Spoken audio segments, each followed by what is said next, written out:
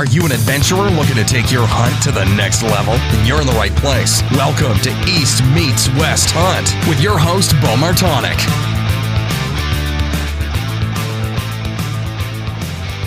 Hey everyone, welcome back to another episode of the East Meets West Hunt podcast presented by onX.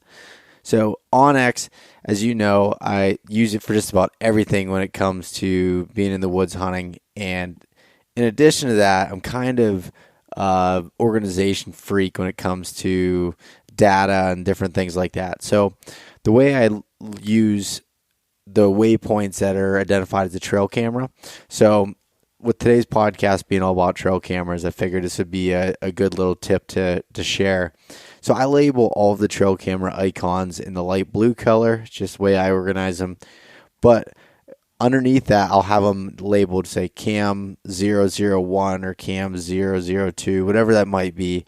And within the notes section on each waypoint, I write the details of what camera it is, how much battery life is left, a whole bunch of different, pertinent information to that, whether I need a climbing stick to get to it, things like that, so that anytime I'm going out in the field afterwards, I can click on that, or before I go out in the field to check that camera, I can click on the waypoint, see any details, and hopefully not run into the situation like I did a few times when I skipped that step and happened to forget my climbing stick and had to shimmy up the tree to try to get my camera down. So if you want to check out the onX Hunt app, you can head over to onxmaps.com and use the coupon code EMW. That'll save yourself 20% off of their website only. It does not work in the App Store, Google Play, or Apple. So I also have a message here from our friends at Exodus. So Chad, who's on today's episode, he's one of the owner of Exodus Trail Cameras, Exodus Outdoor Gear. So before we, get going with that podcast with them, so Exodus is kind of joined in the holiday giving season, and they're giving away a limited edition laser engraved 2% for conservation Lift 2 camera. So on top of them already donating 1% of their revenue and 1% of their time annually to nonprofits, they'll be increasing their donations for this limited edition camera and will donate 10% gross of the gross sale. So what my favorite part of this campaign is that you're able to have a drop-down menu on the camera listing over on the website at ExodusOutdoorGear.com, and you'll be able to select what nonprofit they'll donate in honor of your camera. So when you pick up the Lift 2, you can click, whether that be TRCP, QDMA, NWTF, the Pope and Young Club, and all you have to do is head over to their website. This is going on now. It just started. So you can find a limited edition camera under their camera tab, select the nonprofit, and receive your Exodus Lift 2 backed by their 5-year no BS warranty. There is an extremely limited quantity available of these cameras on the website, so be sure to check that out if you are interested. And if you're not looking to purchase a camera, you can still win one of these cameras by heading over to their podcast, Trail Camera Radio, under the episode they just did with Jared Frazier with 2% for conservation. Okay, so also I want to talk a little bit about Elk 101. So Corey Jacobson has come out with the University of Elk Hunting, which is a fully comprehensive elk hunting learning course. And it goes through everything from beginning to end, what you need to know about planning a DIY elk hunt. And even if you're not doing it yourself and you're going with an outfit or whatever it might be, you can learn a ton from this course just about elk knowledge, their behavior, scouting tips, things, how to set up for the shot, closing the deal. So many of those different things that are often overlooked and can take years of messing up to learn. You can reduce that learning curve by heading over to elk101.com, signing up for the University of Elk Hunting. Just use the coupon code EastMeetsWest, and that'll save yourself 20% off that online course. And lastly, Maven Optics. So Maven is an outdoor equipment company that's been designing and creating innovative products, including custom binoculars and spotting scopes.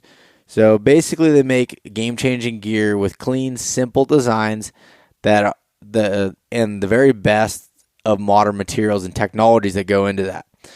They're doing it at a fraction of the one-size-fits-all retail cost that you see at these big box stores. So if you want to check out Maven, right now is a pretty good time. They have some holiday deals going on.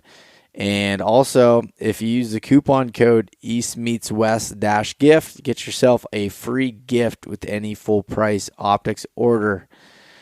All right, so some updates for you.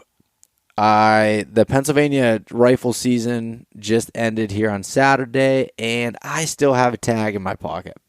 So no luck on the last day. I had one day last week to hunt since the last podcast, and it poured down rain all day, and which turned to snow a little before dark.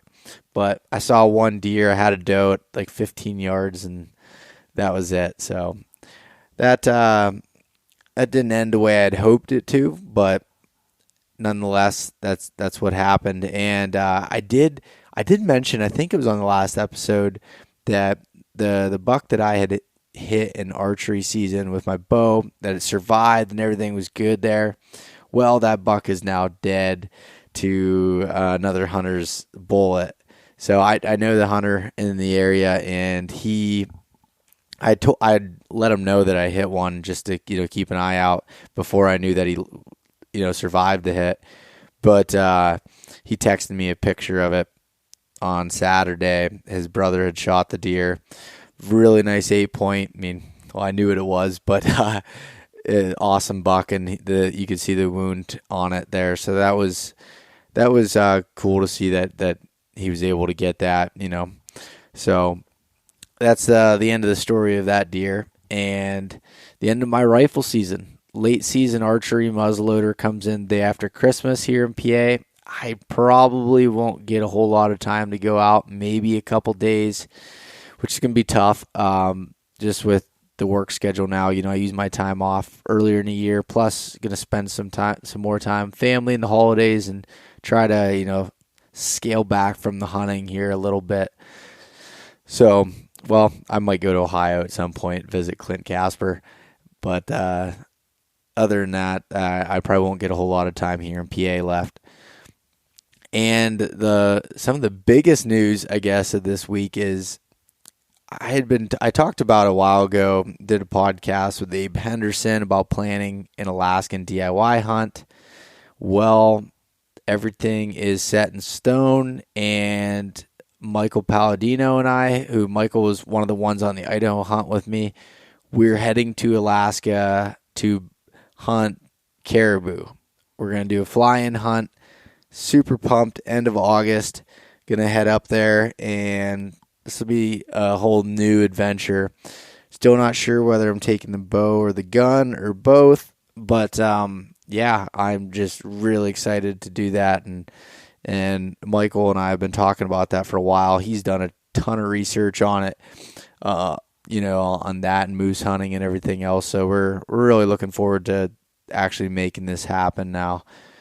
So lots to be excited about here as we go towards the end of 2019. And all right, we'll jump into today's episode with Chad Sylvester from Exodus Outdoor Gear. All right, welcome back to another episode of the East Meets West Hunt podcast. And I'm joined on the line tonight with a friend of mine, Chad Sylvester. What's going on, buddy? Not too much, man. I'm enjoying the cold weather over here in Northeast Ohio, and just watching that weather forecast every day for those big fronts to roll in, and another chance to hit the timber. Yeah. Have you been hunting much recently, or you been mostly doing some work in the office? Not, recently. I haven't been in the woods too much. Our gun season opened. The shotgun season opened here December 2nd, and, I'm pretty much a bow hunter. I haven't gun hunted in it's been a long time, but I decided I was going to hunt the opener, and so went out shotgun hunting December 2nd that Monday and had a great time with a bunch of buddies. Really just kind of cut up and had a good time.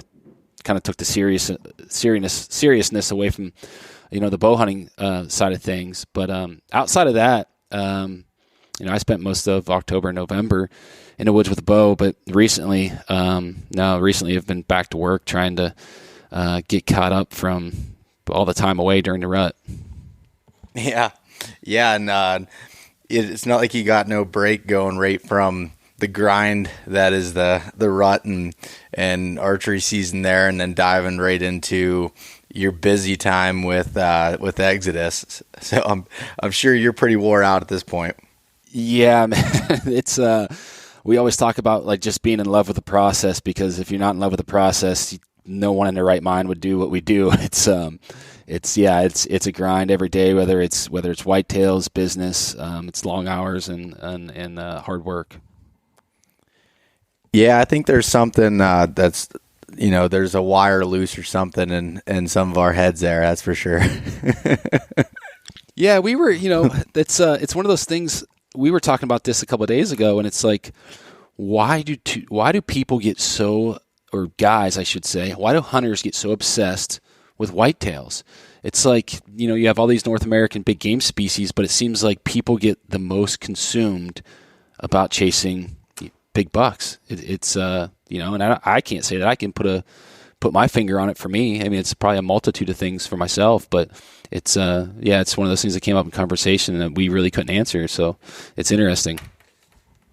Yeah, and I can definitely say, like, for myself, I definitely question myself on why I do sometimes.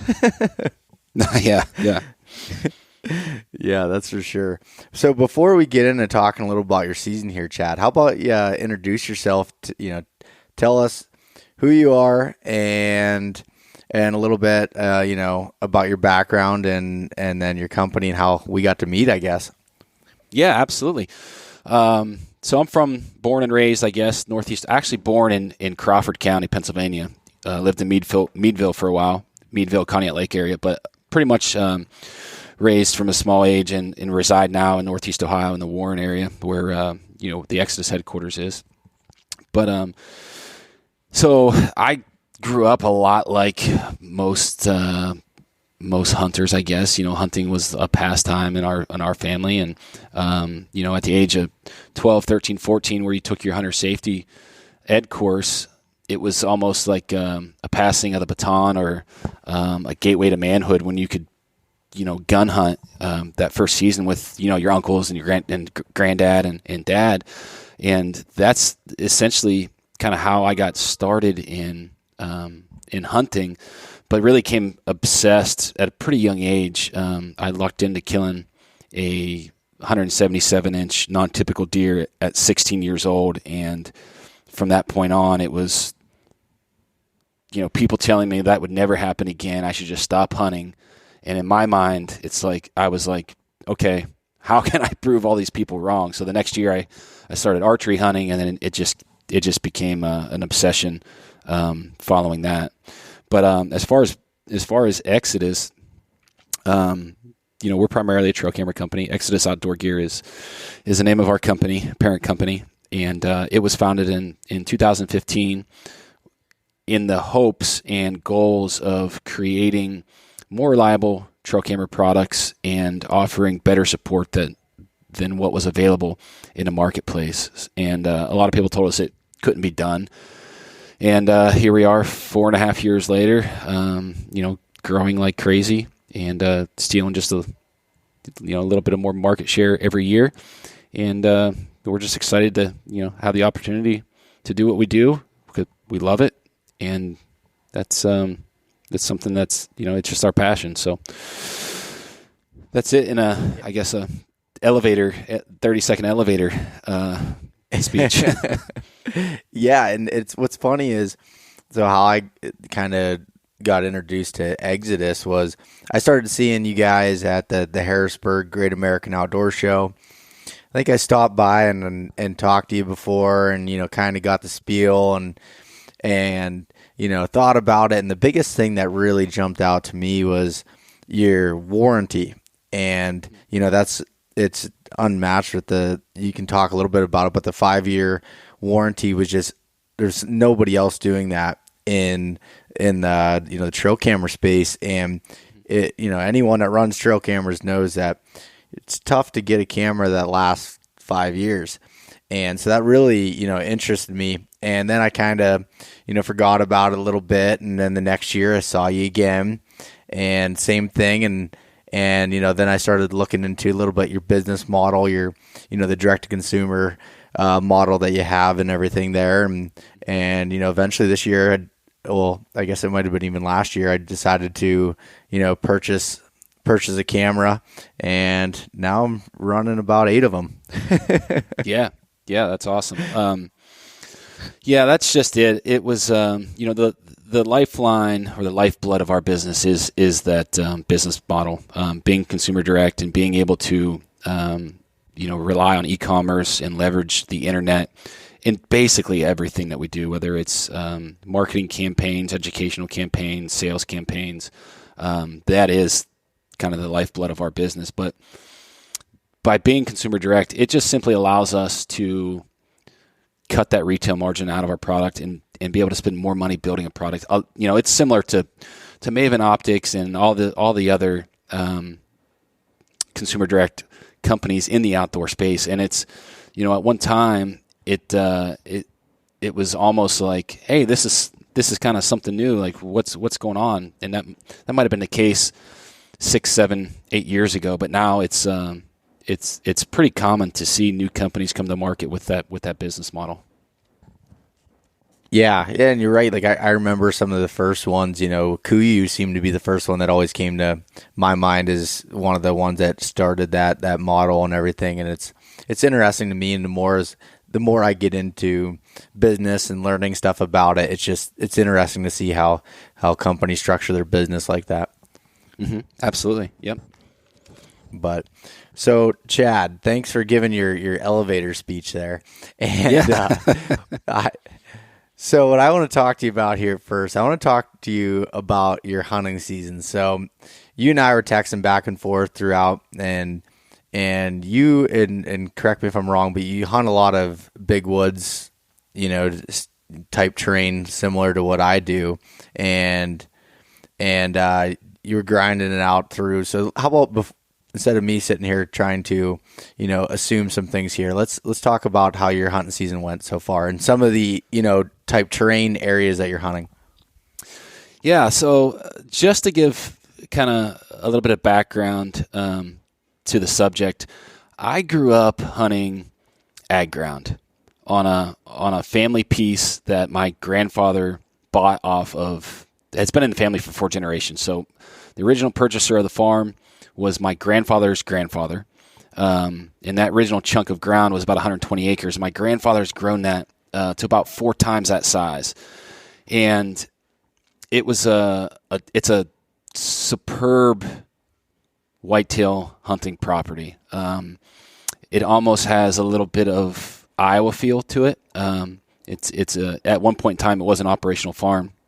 Now it is not, but it was, it's a piece where basically any decent whitetail hunter could go in and kill 150-inch deer. And I was, not that I wasn't a skilled hunter, but it got to a point where I was going out and killing deer, and I just wasn't happy with the experience of being in the woods. I would sit in the stand in the evening time, and you could see the barn light come on, and you could hear the dogs bark or tractors run or whatever. And I guess that would have been like 2013 or 2012 when I was kind of having that season. And I ended up killing a 167-inch 10-point that year, but my mind kept going back to a elk trip that I took in Southwest Colorado, a DIY public land hunt, and just the vastness of that land and being in a place where you felt so small, and at times it felt like no one else had ever stepped foot on that soil, and that whitetail season just wasn't giving me that feeling. So the following year, I ventured out to one of the bigger chunks of ground in southern Ohio, which it's hill country. It's 60,000 plus acres of basically unstructured timber. So no ag, very, very little TSI. There are some clear cuts and some things, but not very much. So that's kind of the area that I'm hunting. It's 60,000 plus acres. It's hill country. It's mostly oak hardwoods. The southern part of the forest has a lot of poplars, and the elevation change is very, very, very, very rugged terrain. So the ridge lines, like in northwest Pennsylvania, I would say are a lot longer than what I'm hunting. The ridge lines where I am are the tops are very not very wide. They almost come to a point, and most of those ridges, you're lucky to get on a ridge that goes a mile. I mean, very lucky to get on a ridge that goes that far. And the elevation changes anywhere from 300 to 500 feet, something like that. But very, very steep, very, very rugged terrain that a lot of guys just aren't willing to go in and put the work in. The area is a super low deer density area. I don't know the exact number. I've heard numbers float around somewhere between 2 to 5 deer per square mile. So when we talk about those types of deer living in that type of terrain, with such little structure, it almost seems like those deer can bed anywhere, they can feed anywhere, and they're kind of like nomadic wanderers. And we really rely pretty heavily on cameras for historical trail camera data related to terrain features. Is kind of, in a nutshell, the 30,000 foot overview of what we're doing down there. But I've done some pretty crazy things there dating back to 2016. I got pictures of just a giant 170-inch typical 10-pointer. Just a beautiful, clean, perfect 10-pointer. And kind of became obsessed with that deer and hunted that deer specifically for 2 years, and only saw him on a hoof once. But late in 2017, it was probably the second week in November, and I knew I had to do some scouting. I had to do something different because I wasn't putting myself in a position to see this deer, even though I was getting pictures of him everywhere. So I ventured down to a bench on an oak flat that was maybe the lower 1/3 elevation, maybe halfway up, and hung a camera there. Well, in 17, I never came in contact with that deer. Never checked that camera that I put down there until this summer. So it had sat there for pretty much 2 years. So I was super excited to get in there and pull that card. And when I went in there and pulled that card, I picked up a shed laying right in front of that camera. And it was nice. Good shed. Had 6, 7, 8-inch brow tine, really tall G3. And when we pulled that card and looked at the pictures, I saw the deer that it was from, and I figured it was like a mid 130s deer, and never really put any more thought into it.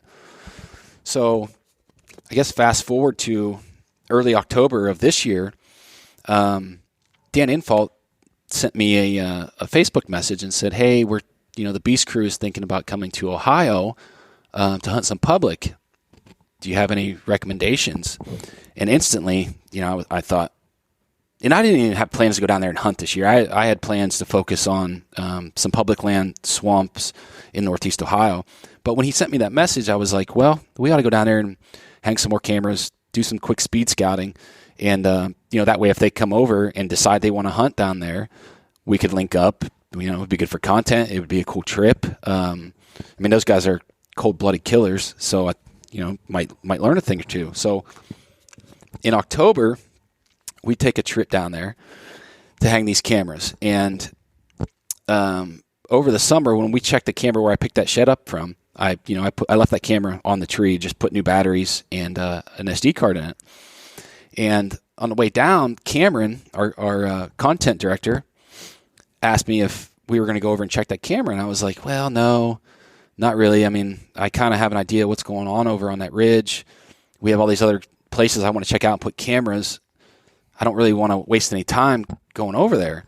And he was like, it's only a quarter mile from the truck. I mean, it's that camera and that spot is very close, very easy access to where we park off one of the state forest roads. So he kind of talked me into going down to check that camera. And I was, at that point, this is October 24th. And I said, well, if we're going to check it, we were going to check it. Let's go in there first thing in the morning. And we might as well go in at, well before daylight and throw a hunt at it for an hour and hunt that first hour and then check that card and then move on. So that's kind of what we did. And we had no aspirations of really anything happening. I figured we'd go in there and sit for an hour and then we'd climb down and pull that card and then skedaddle, But as we were setting up near that camera, Cameron was down checking the camera, and I'm hanging sticks and getting set up. And I hear him. He's like, "Oh my gosh, Chad! Oh my! So it was a lift too. So he's playing these pictures back on the viewing screen, So we get set up. He climbs up, and I was like, "What's on the camera? Like some 140s or 50s?" He's like, "Yeah, man. There's a bunch of good deer on this camera." And I said, "Oh, that's cool," So at this point, it's just starting to get first gray light. We're sitting here, 20 minutes goes past, and then we hear a deer below us, about 30 yards, come in, and it sounds like it's working a scrape. And October 24th down there's still a lot of foliage on the trees. The leaves really are barely even starting to turn that far south yet. So we hear this deer working a scrape down below us, and he's down there for like 10 minutes, at least 10 minutes. And then we start to hear, some footsteps, and the deer is basically walking a lower bench below us and is walking away from us. And Cameron turns to me. He said, "Hey, do you have a grunt call?" And I said, "No, I don't usually carry a grunt call." So he was like, we were set up next to this little hickory sapling, and there was an active scrape there on this oak flat that the camera was watching. And he said, I'm gonna beat this hickory up to make it sound like a deer's working this scrape." I said, "Sure, go for it." So he grabs this little hickory sapling and just starts breaking it and beating it up against the tree that we're in. And 10 seconds, like I hear these steps getting louder towards us, and we're both in the same tree hunting out of saddles. And I peek around the tree, and I was like, "Oh my gosh, dude, that's a giant buck. That's a shooter." So I instantly grabbed my bow, and this deer's already at like 16 yards is what I ranged him at later. This deer comes into 16 yards and stands almost perfectly broadside behind two trees. And I didn't when I saw the deer, I knew it was a shooter. It was a big deer.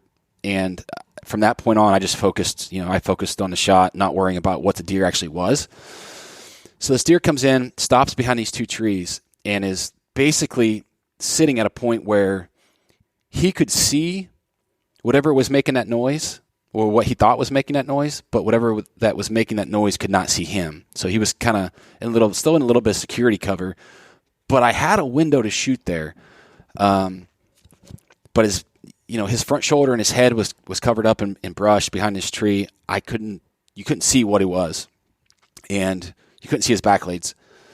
So I'm at full draw looking through my peep sight, and I'm thinking, I can't take this shot. It's a gut shot. I don't want to do that. This deer's, he's probably going to take another 2 steps, and then I'll see what he is, have a perfect broadside shot. Well, this deer stands there for over 3 minutes, and we're filming this. We have this all on foot on camera. Deer stands there for 3 minutes, and at that point, I have to let my bow down. So I let my bow down. He catches the movement and backs up, and directly between those two trees, he gazes over and kind of looks up a little bit, and he's standing there for another 30, 40 seconds. And we still can't see what he is. So all of his tines are covered up by these two trees. And he stands there for 30 or 40 seconds and then doesn't like something and then backs out of there and then runs off to about 30, 35 yards. and I had to kind of move myself around the other side of the tree to see what he was. And he's standing there looking at us. I'm like, oh my gosh, Cameron, that's a giant. And deer stands there. He takes off. And at this point, after getting a good look at that deer, I'm pretty shook up. It's a dark rack 10-pointer with a split brow and a kicker off his G2 that is an absolute, it's a Boone and Crockett deer on public land. And I am just at that point, I'm shaking. I'm like, what in the heck just happened? So I guess from moving past that, we have that encounter, and we get back to the office on the next day because we were there on a Wednesday or Thursday. We go back and look at the pictures on that card, and then Cameron's like, I think that's that shed buck, because he had pretty distinctive brow tines. And I was like, dude, I think that you're right. So we start to go back and look at the pictures. Well, I grabbed that shed, I scored the shed, go back to the pictures from 2017. And in 2017, what I thought was a 130-inch deer he was somewhere between 150 to 153 inches. And looking at the pictures this year, the deer is 185 plus with, split brow tine, kicker off his G2. I mean, 12, 13-inch G2s and G3s, super, super, super heavy. Just an absolute giant of a deer. I mean, that's a once-in-a-lifetime deer for anyone, let alone to have that encounter happen on public. It's crazy. And that instantly, got my blood flowing to get back down there. So that's how kind of middle of October really started for me. I went down there after trick or treat, did the trick or treat thing, Halloween. That's one thing I never hunt the 31st because I have two small kids and I'm always doing the Halloween thing. So did the Halloween thing with the kids and then drove down there through the night, hunted that weekend, really trying to hone in and pinpoint where that deer was. Did not have any success. And then I made a third trip down there, November 22nd, 23rd, and had that deer on camera a bunch between the 10th and the 15th of November. And I went down there with the intentions of basically scouting that area to either lay eyes on him or bump him, because I wanted to know where he was bedded. And I did find a buck bed that I bumped a deer out of, but I did not see what deer got out of the bed. And the only reason I know that there was a deer there is I found the bed, and there was still wet scat and pee, and it was just littered with hair in the bed. So, and that's probably another quarter mile from where I was getting pictures of him and had that encounter. So that's kind of the story up to date of the way my season has gone so far. Still a lot of time left. I don't know that I'll get back down there and hunt that deer this year. There's some good deer on camera that I'll focus on late season here in Northeast Ohio, where I don't have to travel quite as far. Yeah, and actually, Chad, now that you're telling this story, and for the listeners' side of things, I sent Chad some photos, buck hitting a scrape and stuff, and getting excited late October, and then Chad sends me the photo of that deer, and I'm like, my jaw just dropped. It is legit a giant, no matter private, public, no matter where you're at in the country. It's just a bona fide giant, that's for sure. Yeah, that's the biggest deer I've ever seen on the hoof, and it tore me up a little bit. It's been a little bit of a roller coaster emotionally, because my first thought was, you have a deer like that at 17 yards for 4 minutes. The chances of having an encounter with that same deer again and having a shot opportunity is so slim. In the areas that I'm hunting, it was tough. It was a hard pill to swallow with me not taking that shot, and I beat myself up over it a little bit. But I just, it is what it is. You learn from it, whether the decision was right or wrong. You just got to keep working. And who knows? Maybe I'll get back on him. Maybe I won't. Yeah. Well, if he lived that long, he's probably pretty smart and hopefully made it through another gun season down there. Oh, for sure. Yeah. Yeah, absolutely. Yeah. Yeah. So when you were talking a little bit about some of your, your trail camera setups and everything. So when you're hunting some of those areas, the big timber, unbroken, and most of Northwest Pennsylvania is a little bit different. It's more of, I kind of break them into two categories. There's big woods deer and then there's mountain deer. And, that sounds more like the mountain deer is what I consider the super steep, with the different ridges coming off and fingers and more unbroken timber. And the big woods is more of the, less, there's still terrain differences and hills and everything, but that has, mix of clear cuts and some other things, mixed in there. But that area sounds a little bit more like north central Pennsylvania, where I've been doing some hunting this year. And it's a whole different animal, and I'm still learning that myself a little bit. But with that, so how are you running your trail cameras? What are some of the things that you're setting up for? Kind of explain that a little bit. Yeah, absolutely. I kind of break that down. All of my trail camera sets kind of into two categories: short term and long term. And I personally feel that historical data is a very, very valuable tool and overlooked resource when it comes to big woods or mountain woods hunting. So that's initially where I start. I try to cast a wide net of cameras, and to be totally transparent, we have access to basically as many cameras as we want. So we do run a ton of cameras. A normal guy running 5 or 6 cameras may not be able to do this, but I typically try to broadcast a wide net of cameras based on terrain features. So that's setting cameras up in saddles, benches, any type of pinch points, and any type of really edge that is showing some type of rut sign, whether that's rubs or scrapes. And then, a lot of times I'll let those cameras sit and go back and review that data.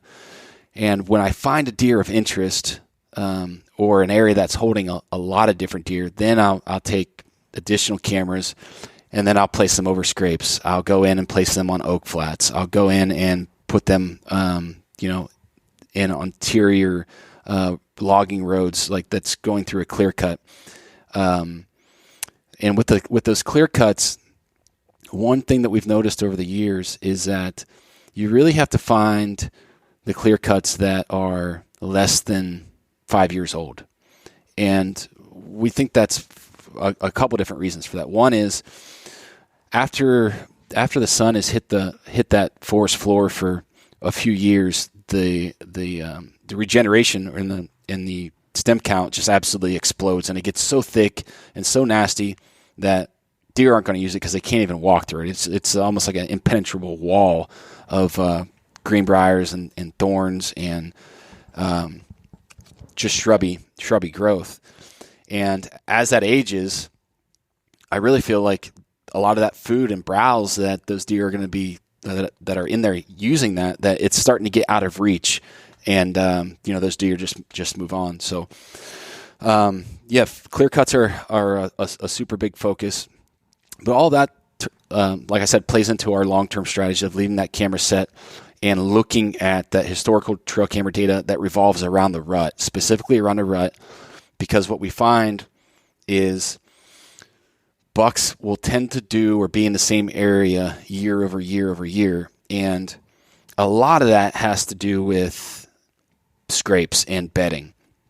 So I know this kind of gets, we've been doing this for a couple of years and we kind of have a system down, but it's a lot of information to kind of digest at once. But inside that short-term strategy, we're seeing the most daylight activity around active scrapes in relation to bedding cover.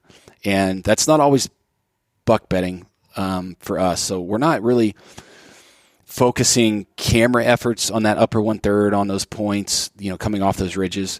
We will mark that stuff on the map and say, okay, this deer, we got a picture of this deer on the 14th at whatever, 30 minutes before sundown.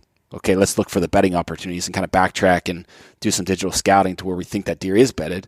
But we'll use those cameras on scrapes just to monitor when they're becoming active in relation to actually does coming into heat or coming into estrus, and then how long it takes those bucks to find those active scrapes, and then possibly change your bedding into rut bedding to being able to monitor them.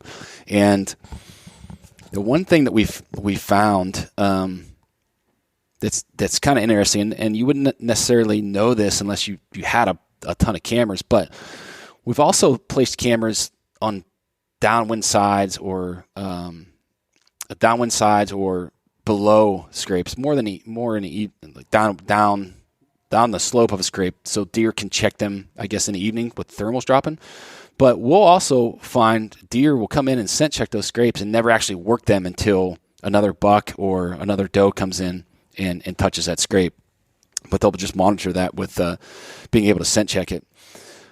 So scrapes are a really big part of our trail camera strategy in the big woods, but it all gears around the rut. Yeah. So a question I have with that, and a comment with the last point you said about them checking the downwind side of it and everything. So explain a little bit. You said, are you running your cameras a little bit further away on a certain side of the hill, like for if they're, say, that the thermals when they're coming down the hill? Explain that a little bit more, if you would. Yeah. So if we find, like in a scenario that we had that encounter, and there was a bench system there that we were hunting the upper bench, and then there was a lower bench about 30 yards below us. And in a scenario like that, when we initially found the scrape and knew it was an active scrape, the sign was there, we hung a camera on that scrape. We hang cameras on scrapes. We try to keep them. We feel it's very important in these big wood scenarios. We don't want to be intrusive. We don't want to put these cameras in the face of these deer because we really think they will alter their movement, or they'll have some type of reaction to that camera. Sometimes they don't, but that's just our opinion. So we try to hang these cameras at least 6 feet off the ground and a little bit off that scrape to monitor them. But in the case that you're describing, we will actually take an additional camera and put it, down the slope if we can, or on a lower bench, to monitor the movement below that scrape to see if deer are coming in to scent check that, or if that bench is above, then we'll put it above. And we got geared into that because when I first started hunting the big woods, it was, you hear all these things about terrain features. So I initially would go through and I would find all the defined terrain features on a map, and that's what I would go scout. I would go to the defined saddles. I would go to the defined benches that you could easily see on a topographical map.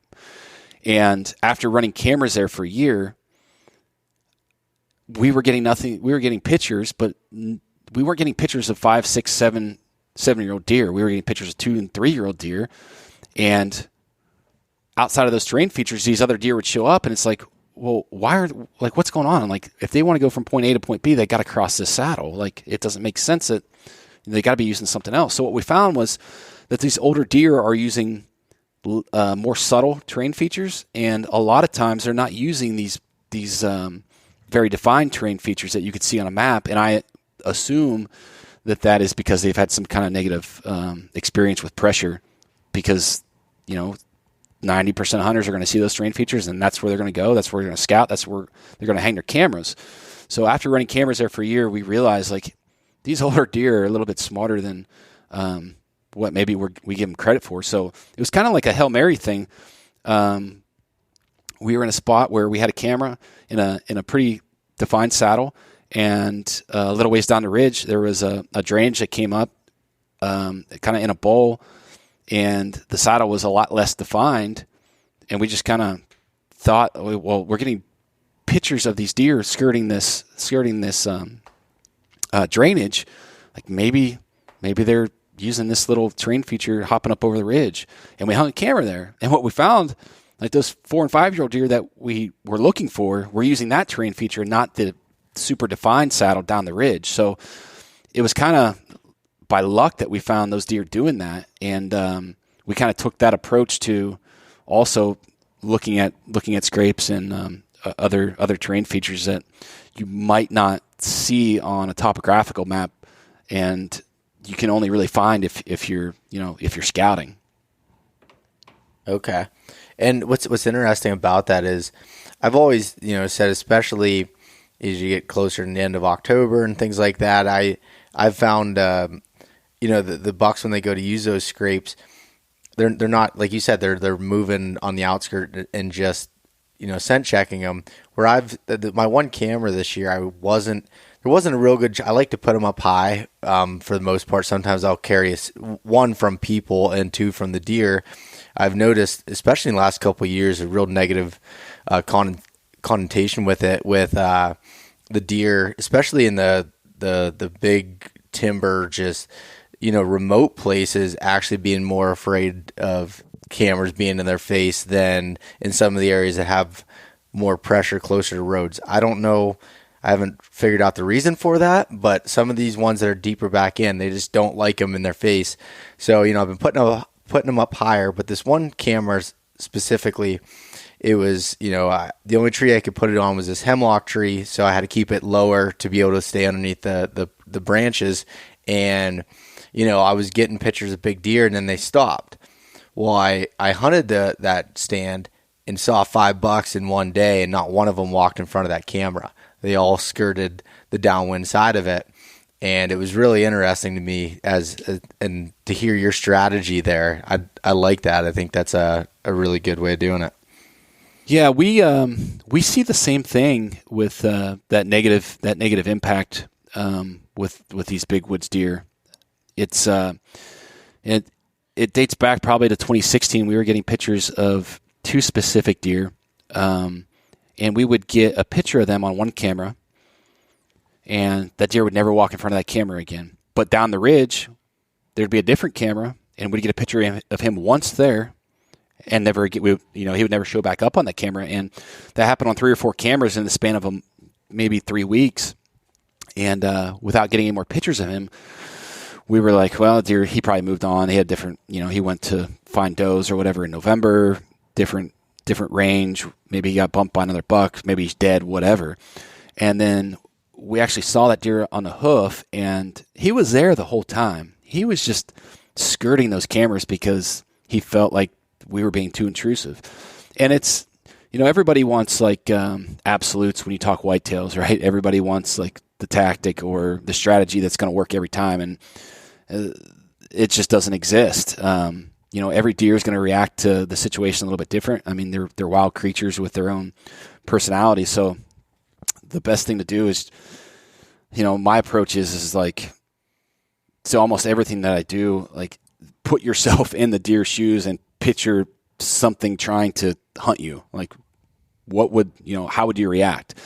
And, I don't think there's any negative outcomes to trying to be overcautious and concerned with how you're placing cameras.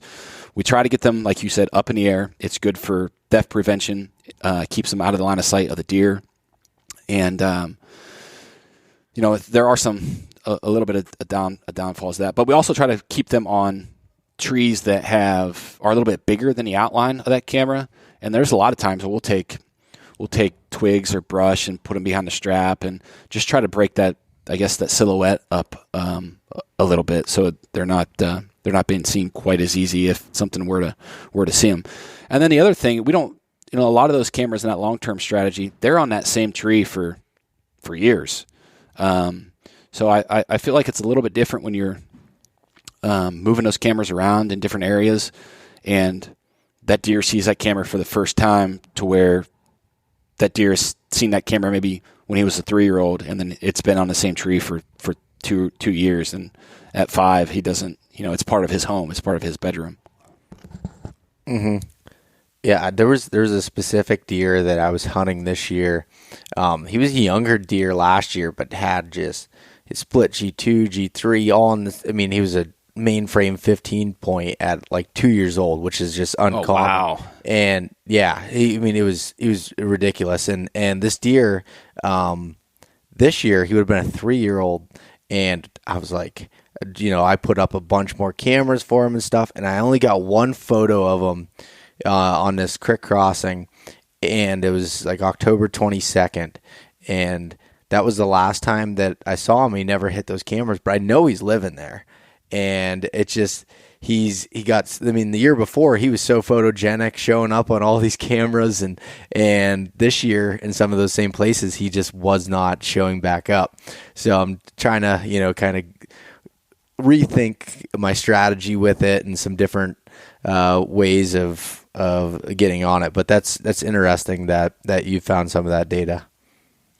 Yeah, I think, one important thing that all hunters or trail camera users should really ask themselves, when you're looking at those pictures, there is so much information there, and a lot of times, as whitetail hunters do, they get obsessed with those photos and seeing those big deer.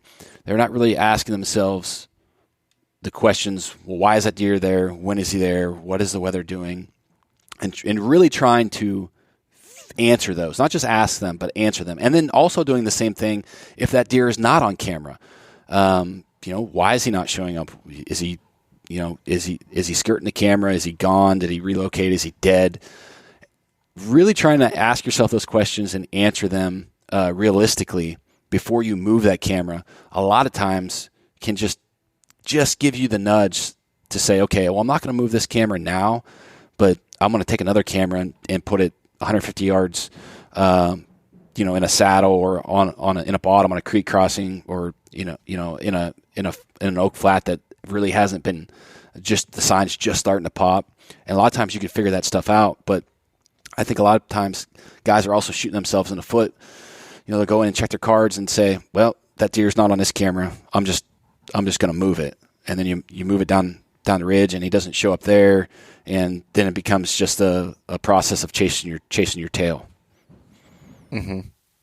Yeah. And I think, what you said there about people moving cameras too early, not leaving it there to get the data. I think that is so important. I spread myself really thin, and I talked about it on the last podcast. Was one of my downfalls of this year, and when I was doing kind of like a self-evaluation, was I spread myself way too thin on areas. But what that did allow me to do is just let cameras soak for 5-6 months, and it was crazy. I'd have, spans on these scrapes and stuff where it'd be, a month and a half where I wouldn't have any good deer. And then all of a sudden they would hit it, where if I would have went in there, October 25th and said, oh, they should be, working these scrapes by now, they're not here, and pulled that camera, I would have never got that data. You're and 100% it's, right. Yeah. And that's, something that I continue to learn. And, we all like the instant, satisfaction of having those pictures and, being patient with it, and that long-term strategy. I mean, actually, I'm working on an article for you guys right now about, I call it the 3-year plan, where it really takes me 3 years to figure out an area, and whenever I can, hunt a specific area for that long and run cameras for that long, you learn so much, and they'll rut at the same time, as far as hitting certain scrapes. Deer will show up and pay attention to the weather that's going on at that time, why they're doing that, why they're traveling that way, and you can just learn so much from that data. Yeah, you're 100% right. You learn so much, and really allows you to be so much more efficient with your life. Whether when when that area is going to get hot, when you need to be in the woods, and you're not burning those vacation days on days that are going to be less fruitful. Yeah, no, that's for sure. So when it comes to you're talking a little bit about your rut strategies there. Do you hunt late season at all in the big woods? I haven't. I haven't. This year I have. I am debating it really, really hard on whether or not to go down there. I think in the late season, I think you could have some success if, my strategy right now, if I were to go down there, would be to find chinkapin oaks. It seems like those oaks hold their acorns just a little bit longer. They're, if they do fall, the deer, I think, don't eat them quite as fast because of the acid levels. Drawing a blank. What's the acid in the acorns that makes them bitter? I'm drawing a blank on that too. Tannic acid. Tannic acid. That's there you it. go. So I'm far from biologist. I can barely, name 10 subspecies of oaks, but from what I understand is that tannic acid takes longer to break down in certain types of oaks, specifically the red oak family. And over time, as that breaks down, they'll become more palatable for deer. So they like to, eat those in the late season. So, if I were to go down, it would be scout to find that fresh food source, go ahead and put cameras on it, but then get that data. Those trips, I'm traveling 6 or 7 hours from home. So this isn't, something in my backyard that I can just go do. So my time is limited there. So I would scout, find those food sources, which to me would be those chinkapin oaks. Go ahead and place cameras on them and try to relate that back to bedding. And I would either hunt that A to B, the bedding to food, or I would hunt the food if the weather conditions were right. And I would hunt the locations where my cameras were, because I could go into those food sources with the right access, not disturb anything, and check that camera before I hunt. And if the camera's, if it has data there and deer are showing up, maybe it's an hour after daylight, or an hour before, after sundown, I guess, an hour after legal shooting, maybe there is hope that deer will show up a little bit earlier with that front rolling. But if there's not any deer there, then I know I need to go to the next spot. So that, going in there, it's more reliant on scouting, but the cameras still play a big part on that short-term strategy, as far as, stand placement and where you plan to hunt, even if you only have a 2, 3, 4 day window to get something done. Yeah, and that's always been the toughest thing. I have not ever been successful, after the Christmas time frame on a buck. I've shot does in that time frame, but it's the toughest thing is, like you said, finding that food source that they're wanting to go to, mixing that with the front that's going to get the bucks moving in the daylight hours. And, at that point, for me personally, and, for you traveling down there, I have my vacation days spent like from work. And so it's usually like one day I get to hunt on a weekend, since we can't hunt Sundays. And it's just like, it's tough to be able to find that hot sign and set up for, one day to be able to do that. But, I've heard of people having, luck in the late season there, and I definitely don't have a good strategy for it. But I definitely agree with your point of the scout, and because otherwise you're going to be, if you're hunting cold sign, you're definitely going to be in for a long sit, especially in those low deer density areas. Yeah, it's that's just it. In those low deer density areas, it's a needle in a haystack. So you hit the nail on the head. Scout. Cool. So, Chad, is there anything else that you can think of as far as there's a million things we could talk about within that, but anything else specific and with trail cameras that, that's really helping you out in the big woods? Any tips or thoughts that you're, going forward with?